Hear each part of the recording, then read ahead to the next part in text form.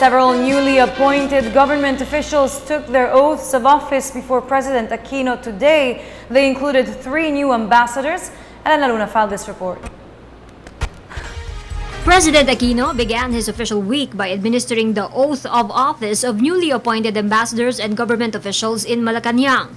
Former DFA spokesperson Raul Hernandez led the envoys after being confirmed by the Commission on Appointments last March. Hernandez has been appointed as Philippine ambassador to South Korea, while Joseph Gerard Angeles is the country's envoy to South Africa and Petronila Garcia is the Philippines' top diplomat to Canada.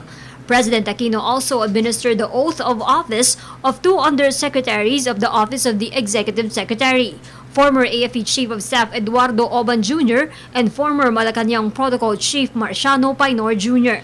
Painor has been appointed by the President as Director General for the country's hosting of the 2015 Asia-Pacific Economic Cooperation or APEC Summit. Other officials who took their oath of office were Jose Emanuel de Verente as Undersecretary of the Department of Finance, Mario Dimagiba as USEC of the Department of Trade and Industry, Edwin Carillo as Assistant Government Corporate Counsel under the Department of Justice, and Louis Tito Guia as COMELEC Commissioner.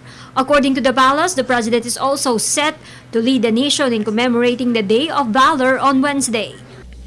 To mark this occasion, the official gazette will publish a commemorative page. It will contain a brief backgrounder on the Araw ng Kagitingan as a national holiday, a comprehensive timeline of World War II in the Philippines, interactive maps that include the route of the Bataan Death March, and excerpts from selected memoirs of Filipino veterans who served during World War II, among many others. For the People's Television, Elena Luna.